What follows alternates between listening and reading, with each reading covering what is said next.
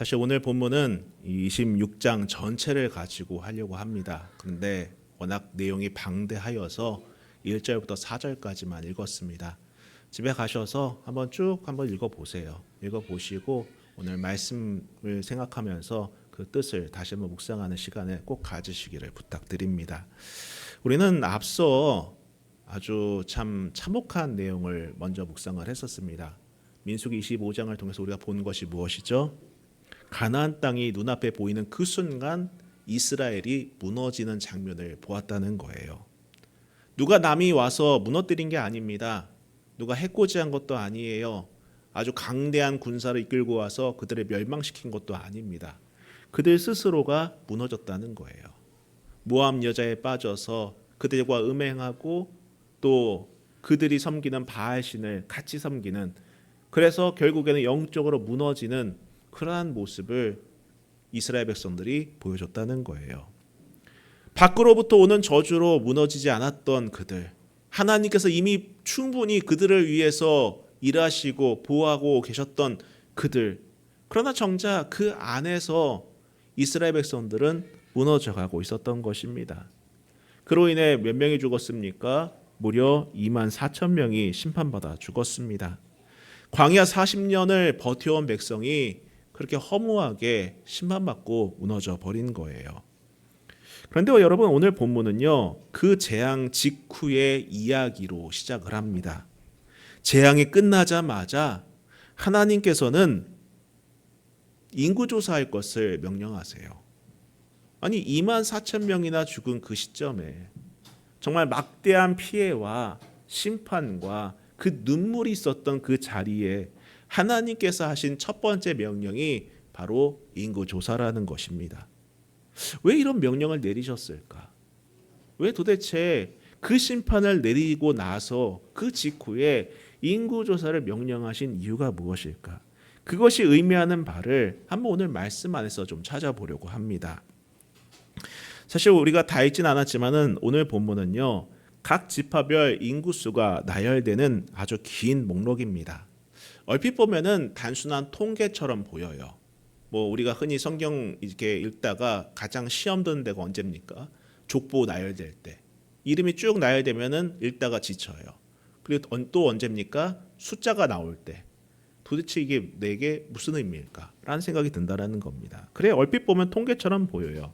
그러나 여러분, 이 숫자들 하나하나에는 하나님의 신실하심이 담겨 있다는 사실을 잊지 마시기를 부탁드립니다. 오늘 우리는 이 긴 본문에서 하나님께서 우리에게 말씀하시는 세 가지를 한번 살펴보려고 합니다. 첫 번째는 바로 하나님의 계획은 멈추지 않는다는 거예요. 자, 1절 한번 보시겠습니다. 연병 후에 여호와께서 모세와 제사장 아론의 아들 엘르아셀에게 말씀하여 이르시되 이스라엘 자손의 온 회중의 총수를 그들의 조상의 가문을 따라 조사하되 이스라엘 중에 20세 이상으로 능히 전쟁에 나갈 만한 모든 자를 계수하라 하시니 모세와 제사장 엘르아살이 여리고 맞은편 요단가 모압 평지에서 그들에게 전하여 이르되 여호와께서 애굽 땅에서 나온 모세와 이스라엘 자손에게 명령하신 대로 너희는 20세 이상 된 자를 계수하라 하니라. 자, 이 첫 26장의 첫 절을 보면은 연병 후에라는 아주 짧은 문장으로 시작하는 것을 봅니다. 사실 이 문장은 오늘 본문 전체의 배경이 돼요. 연병 후에라는 것이 본문 전체의 배경이 됩니다. 바로 이스라엘의 불순종과 음행으로 24,000명이 심판받아 죽은 바로 그 직후였다라는 겁니다. 그로 인해 공동체 전체는 아마도 충격과 슬픔의 도가니였을 것 같아요. 그렇지 않겠습니까, 여러분? 우리나라에도 어떤 재난이 발생해서 많은 사람이 죽었다고 하면은 나라 전체가 정말 침울합니다. 다운돼 있어요. 모두가 함께 그 슬픔을 공감하며 애통해하지 않습니까? 그런데 이보다 더 생각이 드는 것은 무엇입니까? 과연 이 백성이 여전히 하나님의 언약을 믿고 또 받고 누릴 만한 자격이 되는가라는 의문도 든다라는 거예요. 슬픔도 슬픔이지만은 그만큼 심판받고 그만큼 죽임을 당했다면은 여전히 이 백성은 하나님의 약속을 받을 만한 그 언약을 누릴 만한 자격이 있느냐라는 의구심이 들 만하지 않겠습니까? 당연히 그런 생각이 들 수밖에 없다는 거예요. 바로 그런 그 자리에서 하나님은 곧바로 모세에게 명령하신 것입니다. 바로 전쟁에 나가서 싸울 만한 사람들의 수를 세라는 거예요. 이것은 다른 말로 바꿔 말하면 군대를 편성하라라는 거예요. 더 확장해서 말하면 멈추지 말고 전진할 준비를 해라라는 것입니다. 여러분, 여기서 중요한 것이 하나 있습니다. 사실 오늘 이 민수기 26장을 보면은 표제가 뭐라고 되어 있냐면요, 두 번째 인구조사라고 되어 있어요. 두 번째 인구조사. 제가 지금까지 민수기 강해를 해오면서 첫 번째 인구조사를 했었습니다. 강해를 한 적이 있었어요. 언제입니까? 민수기 1장에서 했었습니다. 민수기 1장을 보면은요, 그 안에서도 하나님께서 이스라엘 백성들이 출발하기 전에 인구조사를 명령합니다. 그래요. 민수기 1장에서 나타난 1차 인구조사는 광야 초기에 전쟁을 준비하기 위한 하나의 수단이었어요. 그러나 여러분, 오늘 2차 인구조사는 단순한 전쟁 준비를 넘어선 차원의 인구조사였습니다. 무엇입니까? 바로 가나안 땅에 들어가 그 땅을 지파별로 분배받기 위한 사전 준비 작업이었다는 거예요. 놀랍지 않습니까, 여러분? 아직 가나안 땅에 들어가지 않았습니다. 아직 전쟁도 시작하지도 않았어요. 그런데 사전에 무엇을 합니까? 지파별로 땅을 분배받을 작업을 하고 있었던 거예요. 이것이 사실 성경 본문 52절부터 56절 사이에 드러나는 내용입니다. 여러분, 우리 같으면 이 재앙 직후 어떻겠습니까? 어떤 나쁜 일을 당하고 우울한 일을 겪었을 때 어떤 생각이 들겠습니까? 한동안 멈춰서서 슬퍼하면서 원인을 분석하겠죠. 그렇지 않겠습니까? 그러면서 하나님, 제게는 좀 마음이 상처가 너무 크기 때문에 충분히 회복할 시간이 필요해요.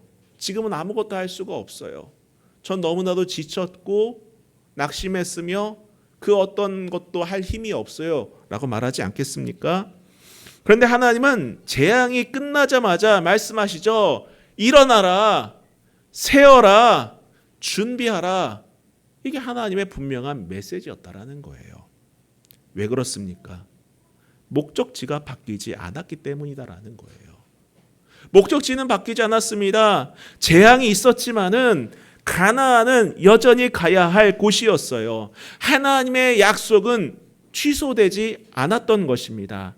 하나님의 계획은 멈추지 않았던 거예요.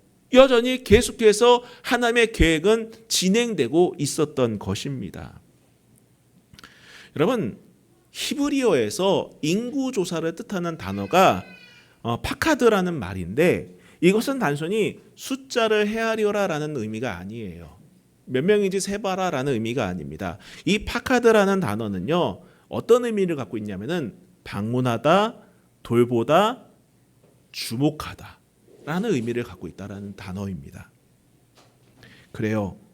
하나님께서 백성을 세신다는 것은 그들을 주목하겠다라는 거예요. 주목하여 보겠다라는 것입니다. 단순히 보는 것이 아니라 전사로서, 싸움에 나갈 자로서, 그 땅을 차지할 자로서 여전히 보고 계시다라는 거예요. 이것이 하나님이 우리를 바라보는 눈이에요. 우리가 예전에 그 발람과 발락 이야기할 때도 보지 않았습니까? 하나님의 눈에는 그들이 어떤 자였습니까? 복받을 자였다라는 거예요. 어찌 그리 아름다운지 복받을 자다라는 것이 하나님의 시선이 아니었겠습니까? 그리고 그 심판 이후 처참한 상황에서도 하나님은 여전히 그들은 언약의 백성이다, 믿음의 군사들이다, 약속받은 하나님의 자녀들이다라는 시각을 변치 않고 보고 계셨다라는 것을 오늘 우리는 이 말씀을 통해서 다시 한번 깨닫게 된다라는 거예요. 그래요, 여러분. 우리는 살아가다 보면은 우리 자신에게 실망할 때가 참 많아요. 그렇지 않습니까? 사실 남이 내게 뭐라고 하는 것보다 더 큰 아픔이 뭔지 아십니까?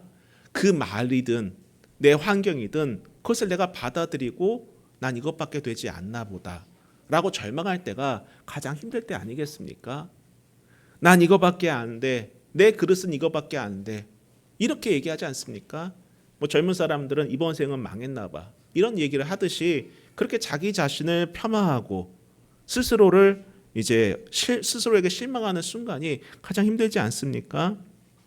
넘어지지 말아야 할 자리에 넘어지고 지키지 못할 것들 앞에서 스스로 포기하고 싶어지는 그러한 순간들은 누구에게나 찾아오기 마련입니다. 그런데 그런 자리에서 하나님께서 하신 일을 보시기 바랍니다. 2만 4천 명이라는 막대한 수가 심판받아 죽었던 그 시점에서 그들 보기에도 우리는 여전히 하나님의 백성으로 여김받을 자격이 있을까라는 의구심이 드는 바로 그 시점에도 하나님께서 하신 첫 번째 일은 그들의 수를 세신 거예요. 그들을 주목하여 보시고 그들을 언약의 백성으로 바라보시며 그들을 가나안 땅에 들어갈 정말 약속된 자들로 보는 그러한 시선, 우리는 그것을 이 말씀 속에서 발견하고 내 말씀으로 믿어야 할 필요가 있는 거예요. 무너진 자리에서 주저앉은 자로 보는 것이 아니라 여전히 앞으로 나아갈 하나님의 백성으로 보고 계셨다라는 것을 여러분 꼭 기억하시기를 부탁드립니다. 그래요, 여러분. 하나님께서는요, 우리 스스로가 포기한 자리에서조차도 우리를 포기하지 않으셨다라는 거예요.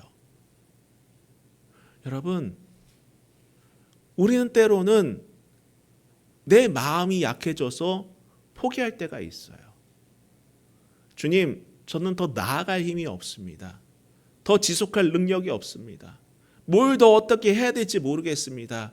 라는 깊은 절망감이 우리 안에 몰려들 때에도 하나님은 그런 우리를 바라보는 시선이 어떻다라는 것입니까? 아니야. 너는 나의 여전한 약속의 백성이야. 내 자녀야. 믿음의 자녀야. 너는 약속을 누릴 만한 자격이 있어. 라고 말씀하고 계시다라는 거예요. 그래요. 하나님의 계획은 멈추지 않습니다. 목적지는 변하지 않았다라는 거예요.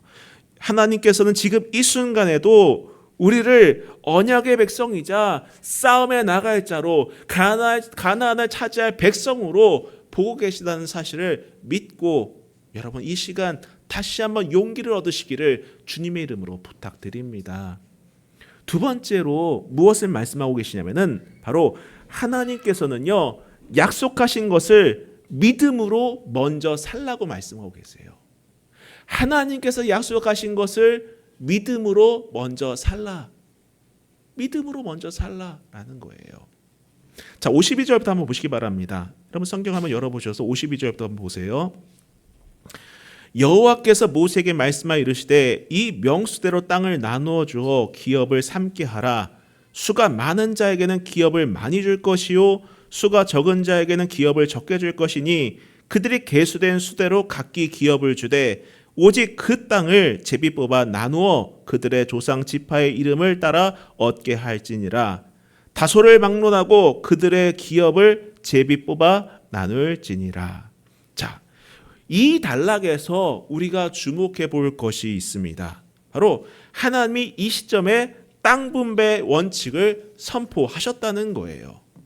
여러분, 아직 가나안 땅이 정복되지 않았습니다. 전쟁이 시작되지도 않았어요. 아직 이들이 가나안 땅에 들어가지도 않았어요. 멀리 있습니다. 아직이요. 뭐 다 정복하고 전리품을 취하려고 하는 것도 아니에요. 아직 가보지도 못한 땅이고 전쟁도 시작하지 않았던 그 시점이었습니다. 요단강도 건너지 않았어요. 그런데 하나님께서는 지금 그 땅을 어떻게 나눌지를 말씀하고 계시다라는 거예요. 여러분, 세상적인 관점으로 본다면은 이것은 섣부른 행동처럼 보여요. 그렇죠? 우리 속담에 김칫국부터 마신다라고 하지 않습니까? 아니, 떡 줄 사람은 생각도 않는데 김칫국부터 마시네? 이런 표현을 많이 쓰잖아요. 그래요. 세상적인 판단으로 본다면은 이 하나님의 명령은 섣부른 행동처럼 보입니다.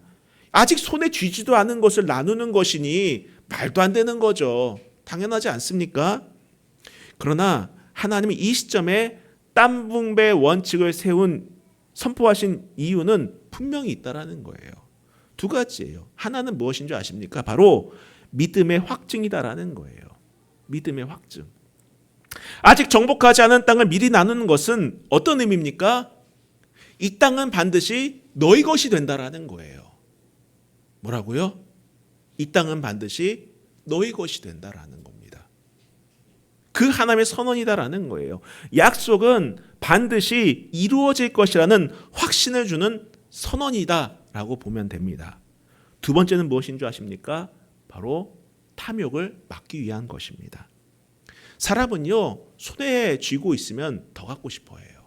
그렇지 않습니까, 여러분? 뭔가를 가지면은요, 더 갖고 싶어요. 만족하지 않습니다. 오죽하면은 행복해지기 위해서는 만족하는 법을 배우라고 해요. 만족을 모르면 행복해질 수가 없어요. 그렇지 않습니까, 여러분? 산의 진미를 먹더라도 그것을 만족하지 못하면 그 사람은 불행한 거예요. 그러나 동네 중국집 가서 짜장면 한 그릇을 먹더라도 그것을 만족하면은 그 사람은 행복한 거예요. 그래요, 사람은요, 손에 쥐고 나면 더 갖고 싶어 합니다. 여러분, 만약에 가나안을 정복하고 난 이후에 나누려고 했다면 탐욕이 작동했을 것이고 분쟁이 일어났을 것입니다. 아니, 내가 더 열심히 싸웠고 내가 앞장서서 공을 세웠는데 내가 당연히 더 좋은 것을 누려야 되는 것 아니겠느냐? 그렇지 않습니까, 여러분? 이게 사람의 심리잖아요. 그러나 하나님께서는 이런 나눔의 원칙을 세우심으로 말미암아 그것을 사전에 막으셨다라는 거예요. 자, 그런데 이 땅 분배 원칙 중에서 우리가 특별하게 주목할 것이 있습니다. 무엇이죠? 바로 제비 뽑기라는 것입니다. 물론 인구수에 따라 땅의 크기는 정해지지만 어느 지파가 어느 땅을 차지할지, 어느 땅을 받을지는 무엇으로 결정됐습니까? 제비 뽑기로 결정됐습니다. 이 제비 뽑기는요, 오늘날의 관점으로 보면은 단순히 추첨처럼 보여요. 운에 맡겨지는 것처럼 느껴집니다. 그러나 여러분, 성경에서 제비 뽑기는 전혀 다른 의미로 해석하시면 돼요. 잠언 16장 33절은 이렇게 말합니다. 제비는 사람이 뽑으나 모든 일을 작정하기는 여호와께 있느니라. 다시 말씀드릴게요. 제비는 사람이 뽑으나 모든 일을 작정하기는 여호와께 있느니라. 그래요. 성경 안에서 제비 뽑기는 우연에 맡기는 것이 아니라 결과를 누구에게 맡기는 것입니까? 하나님께 맡기는 거예요. 하나님께 맡기는 것입니다. 여러분, 이것이 얼마나 담대한 믿음의 행위인지 생각해 보세요. 어느 지파가 어느 땅을 받느냐는 그 지파의 미래를 결정짓는 사안과 똑같은 것입니다. 그렇지 않습니까, 여러분? 우리가 집안일을 결정할 때 상당히 신중하게 하지 않습니까? 어떤 것이 내게 더 이익이 될까? 돈이 얼마나 더 잘 벌릴까? 집을 고르더라도, 차를 선택하더라도, 내가 어떤 곳을 행하더라도 다 그런 생각을 한다라는 거예요. 어딜 가면 집값이 오를까? 무엇을 하면 내게 유익일까? 무엇을 하면 내가 앞으로도 계속 정말 승승장구할까? 다 이런 고민하지 않습니까? 자, 그런데 보세요. 제비뽑기는 이 사람이 당장 척박한 땅을 받을지 비옥한 땅을 받을지 모릅니다. 해안가를 받을지 산지를 받을지 알 수가 없어요. 이것이 모두 무엇으로 결정되는 것입니까? 제비뽑기로 결정되는 거예요. 내가 원하는 것을 선택할 수 없어요. 더 좋은 것을 차지하려고 힘을 쓸 수도 없습니다. 오직 하나님께서 작정하신 것만 받게 된다라는 거예요. 근데 여러분, 이 원칙이 작동하려면 전제가 있습니다. 무엇이죠? 하나님이 정하신 것이 가장 좋은 것이다 라는 전제가 있다라는 거예요. 여러분, 제비뽑기로 결정된 곳을 보면서 내가 불평하지 않기 위해서는 무엇이 있어야 됩니까? 하나님의 뜻이 나의 뜻보다 더 중요하다. 더 낫다라는 믿음이 있어야 된다라는 거예요. 믿음이 있어야 된다라는 것입니다. 내가 원하는 것을 받지 못하더라도 감사할 수 있으려면은 하나님께서 내게 주신 그것이 가장 복된 것이고 가장 좋은 것이라는 확신이 있어야 된다라는 거예요. 여러분, 하나님께서는 지금 아직 손에 쥐지 않은 것을 놓고 믿음으로 먼저 살라고 말씀하셨어요. 그렇죠? 믿음으로 먼저 살라고 말씀하셨어요. 가나안 땅을 정복하기 앞서 미리 땅을 나누는 것은 낯설어 보일 수 있지만, 그러나 이것이 성경이 말하는 방식은 무엇입니까? 바로 이것이 바로 믿음의 방식이다라는 거예요. 우리가 큐티 하시면서만 시편 13편을 묵상하셨어요. 제가 수요일에도 그걸 갖고 설교를 했었는데, 다윗은 아직 구원이 오지 않은 상황에서 뭐라고 고백합니까? 나의 마음은 주의 구원을 기뻐하리로다. 나의 마음은 주의 구원을 기뻐합니다라는 거예요. 아직 상황이 나아진 게 아니에요. 그렇죠? 여전히 다윗을 미워하는 사람이 있어요. 전혀 나아진 게 전혀 없습니다.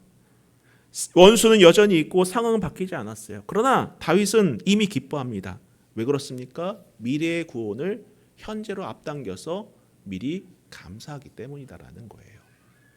여러분, 우리가 기도할 때도 이런 기도가 나왔으면 정말 좋겠어요. 우리가 지금 고민하고 있는 여러 가지 문제들이 있지 않습니까? 우리가 간구하는 것들이 있지 않습니까? 그런 기도를 할 때에 물론 하나님께 간절히 구하는 모습도 필요하지만은 여러분, 감사 한번 해보세요. 주심에 감사합니다. 가장 좋은 것을 주심에 감사합니다. 하나님께서 주신 은혜에 감사합니다. 그 은혜를 내가 찬양합니다. 가장 좋은 것으로 주님께서 알아서 주신 것임을 압니다. 그 믿음 안에 살기를 원합니다. 그런 감사가 우리 안에 넘치기를 축복합니다. 여러분, 이스라엘이 정복하지 않은 땅을 미리 나누는 것이 바로 그거예요. 아직 받지 않은 것을 이미 받은 것처럼 나누는 것, 그것이 믿음 아니겠습니까? 히브리서 11장 1절에 믿음은 바라는 것들의 실상이라고 하지 않습니까, 여러분? 그래요, 여러분. 그리고 지금 내가 서 있는 이곳이 내가 원하는 자리가 아닐 수 있어요. 마치 제비뽑기로 결정된 것처럼 내가 선택하지 않은 자리에 서 있을 수도 있습니다. 그러나 하나님께서 작정하신 자리에 있다라는 믿음이 있다면 그것이 무엇이 됩니까?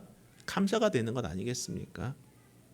여러분, 그곳이 가장 좋은 것이란 믿음을 가지세요. 확신을 가지세요. 감사가 있기를 축복합니다. 내가 받지 못한 것 때문에 낙심하기보다는 하나님께서 내게 주신 것이 가장 최선이고 가장 좋은 것이다라는 것을 여러분 꼭 기억하시기를 부탁드립니다. 여러분, 살아보셔서 아시잖아요. 내가 선택하기에 다 좋습니까? 내가 말한 게 다 옳았나요? 저는 후회되는 게 너무나도 많아요, 사실이요.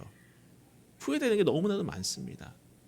가정 안에서 내 자녀들에게 말했던 것들, 이런 것들도 후회되는 게 너무너무 많다라는 거예요. 여러분, 내가 하는 게 다 옳은 게 아니에요. 내 생각이 다 맞는 게 아닙니다. 하나님만이 옳은 것입니다. 하나님이 주신 것이 가장 최선이다라는 그러한 믿음을 갖고 오늘 하루도 살아낼 수 있기를 주님의 이름으로 축복합니다. 세 번째로 우리가 이 인구조사를 통해 알 수 있는 메시지가 무엇인지 아십니까? 바로 하나님의 말씀은 정확하게 이루어진다라는 거예요. 자, 63절부터 보시기 바랍니다. 마지막 부분입니다. 이는 모세와 제사장 엘르아살이 계수한 자라. 그들이 여리고 맞은편 요단가 모압 평지에서 이스라엘 자손을 계수한 중에는 모세와 제사장 아론이 시내 광야에서 계수한 이스라엘 자손은 한 사람도 들지 못하였으니 이는 여호와께서 그들에게 대하여 말씀하시기를 그들이 반드시 광야에서 죽으리라 하셨습니다. 이러므로 여분네 아들 갈렙과 눈의 아들 여호수아 외에는 한 사람도 남지 아니하였더라. 자, 보세요. 64절에서 말한 것처럼 첫 번째 인구조사 때 이름이 올랐던 사람들이 이번 두 번째 인구조사에서는 단 한 사람도 없었어요. 단 한 사람도 없었어요. 그리고 그 이유가 65절에 밝혀지는데 무엇 때문입니까? 여호와께서 그들에게 대하여 말씀하시기를 그들이 반드시 광야에서 죽으리라 하셨기 때문이다라는 거예요. 사실 이 내용은 우리가 그동안 묵상해 와서 알겠지만은 민수기 14장으로 거슬러 올라갑니다. 12명의 정탐꾼 사건 기억하지 않습니까? 가나안을 탐지하고 돌아왔을 때 10명이 부정적인 보고를 합니다. 그리고 그들로 인해 이스라엘 백성들이 반역을 하죠. 우리 못 가겠다. 반역을 합니다. 그때 하나님이 선언하십니다. 이 세대는 가나안 땅에 들어가지 못하고 광야에서 죽을 것이고 오직 두 사람 누굽니까? 갈렙과 여호수아만 그 땅을 볼 것이다 라고 말씀하셨다라는 거예요. 여러분, 그 선언이 씌어진 시점이 38년 전이에요. 38년 전입니다. 그리고 지금 두 번째 인구조사에서 그 말씀이 정확하게 이루어졌다는 것을 확인할 수 있다는 거예요. 근데 저는 이 말씀을 보면서 그런 생각을 해봤습니다. 사실 갈렙과 여호수아는 38년 전에 믿음으로 보고했던 사람들이에요. 그렇지 않습니까? 믿음으로 보고했던 사람들이었습니다. 그리고 그들은 38년 동안 그 10명 때문에 벌어진 일로 말미암아 갈렙과 여호수아도 같이 그 광야길을 걸어야만 했어요. 그렇지 않습니까, 여러분? 갈렙과 여호수아도 걸어야만 했어요. 그 걸으면서 동료들이 하나둘씩 죽어가는 것을 보았을 것입니다. 그런데 여러분 생각해 보세요. 어떻게 보면은 갈렙과 여호수아 입장에서는 좀 억울할 수도 있을 것 같아요. 군대 가면은 연대 책임이라는 게 있습니다. 아마 군대 다녀오신 분들은 아실 거예요. 이제 뭐 PT 체조를 합니다. PT 체조를 하면서 구호를 붙입니다. 하나, 둘, 셋, 넷 구호를 붙여요. 구호를 붙이다가 뭐 예를 들면은 마지막 숫자는 생략합니다. 근데 꼭 이상한 애들이 있어요. 그걸 잊고서는 뭐 열이면 열 이렇게 하는 외치는 사람이 있어요. 그러면 걔 때문에 뭘 합니까? 다시 그걸 해요. 그걸 연대 책임이라고 합니다. 계속 군대에서는 그걸 해요. 그래서 막 짜증이 나죠. 근데 그걸 계속 한다라는 거예요. 어쩌면 갈렙과 여호수아 입장에서는 그런 느낌이 아니었을까 해요. 아니 나는 믿음의 보고를 했는데 하나님 나는 좀 빼주면 안 돼요? 그런 생각 들지 않으시겠어요, 여러분? 상식적으로 한번 생각해 보세요. 그런 생각 들지 않겠어요? 전 특별해요. 전 믿음의 삶을 살았거든요. 전 정말 특별합니다. 저에게는 뭔가 특별함이 있기를 원합니다. 전 남들과 달랐기 때문에 좀 누리길 원합니다. 이런 마음 들지 않겠습니까? 근데 놀라운 것은 사실 이 갈렙과 여호수아는 불평할 만한데 그들은 불평하지 않고 그 길을 걸어갑니다. 그리고 마침내 두 번째 인구조사 때 유일하게 이름을 올린 두 사람 갈렙과 여호수아라는 거예요. 두 사람만 살아남았다라는 것입니다. 흔히 이런 말합니다.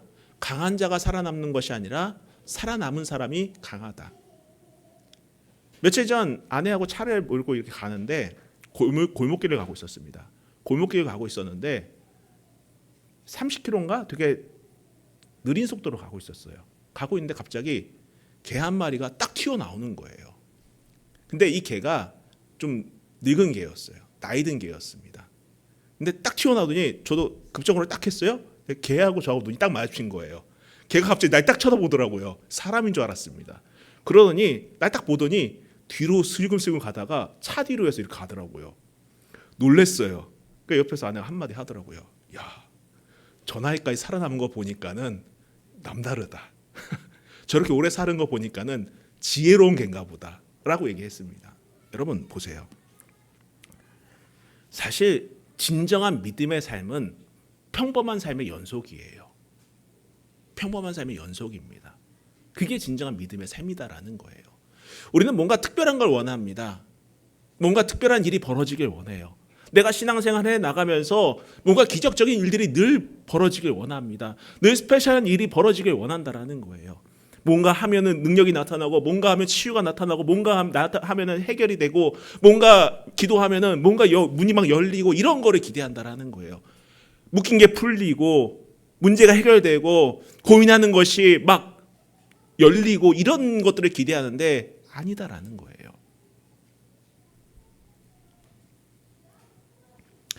평범함이 진정한 믿음의 삶입니다. 날마다 기도하고 날마다 예배하고 날마다 말씀 묵상하고 때로는 고단하고 때로는 눈물 짓고 때로는 애통해하면서 기도도 하고 때로는 광야와 같은 그 길을 걸어나가면서 하루하루를 버텨내다 보면은 그 시간이 지나고 그 평범함 속에서 나중에 특별한 나를 발견하는 순간이 온다라는 거예요. 그게 믿음의 삶이다라는 것입니다. 갈렙과 여호수아가 보여준 것은 특별함이 아니었습니다. 똑같이 그들과 같이 광야를 걸어갔을 뿐이에요. 믿음을 갖고 하루하루 그들과 같이 그러한 고충을 겪었습니다. 24,000명이나 되는 사람들이 심판받아 죽을 때도 그것을 목격하면서 같이 두려워했을 수도 있었을 거예요. 그렇지 않습니까? 같이 목말라하고 같이 배고파하고 같이 광야의 뜨거운 햇살을 바르면서 걸어 나가야만 했었을 거예요. 그러나 그 시간을 무엇으로 걸어갔습니까? 믿음 갖고 말씀 붙들고 하루하루를 평범함 속에서 살아냈다라는 것입니다. 그런데 지나고 보니 어떻게 된 것입니까? 특별함이 됐다라는 거예요. 특별함이 됐다라는 것입니다. 여러분, 진정한 특별함은요, 말씀을 믿고 평범함을 살아낸 사람들의 몫이에요. 하나의 말씀을 믿고 매 순간 평범하지만 그날의 삶을 살아내는 삶의 몫이라는 것을 여러분 꼭 기억하시기를 부탁드립니다. 성경은 그것을 얘기해주고 있다라는 거예요. 여러분, 갈렙과 여호수아는요, 뭔가 특별하게 드러나는 게 없어요. 그러나 광야를 걸으면서 부단히 하나님의 약속을 놓지 않고 걸어갔을 거예요. 뭔가 드러나 있지는 않습니다. 우리가 민수기 여기까지 오면서 갈렙과 여호수아 이름이 드러나는 거 본 적 있으십니까? 없어요. 민수기 14장에서 그 정탐꾼 사건 이후로 나오지 않습니다. 그러나 이 시점, 두 번째 인구소사가 되는 그 시점에 다시금 이 두 사람의 이름이 등장한다라는 거예요. 여러분, 오늘의 평범함은 결코 평범하지 않아요.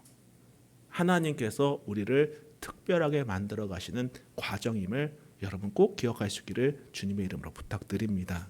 무료하다고 생각하지 마세요. 무료하다고 생각하지 마세요.